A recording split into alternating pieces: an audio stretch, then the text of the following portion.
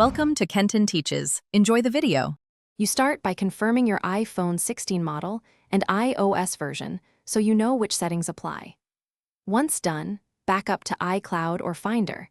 This protects your data if you change system UI.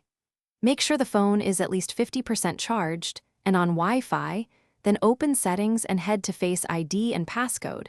You'll need these options accessible before toggling dynamic island behaviors. You now go into Display and Brightness and Control Center to find dynamic island-related toggles. Apple sometimes groups live activities and persistent notifications there, so look carefully. Once you locate the switches for live activities or dynamic island features, turn them off to stop visual interruptions. Then check focus modes and notification summaries to prevent apps from sending persistent island prompts.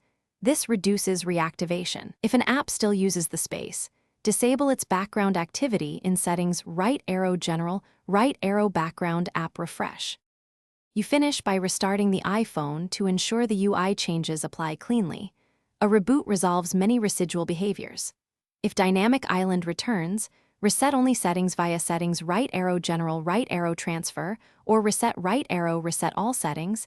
This preserves data but clears UI preferences. Make sure to recheck focus and app permissions afterward.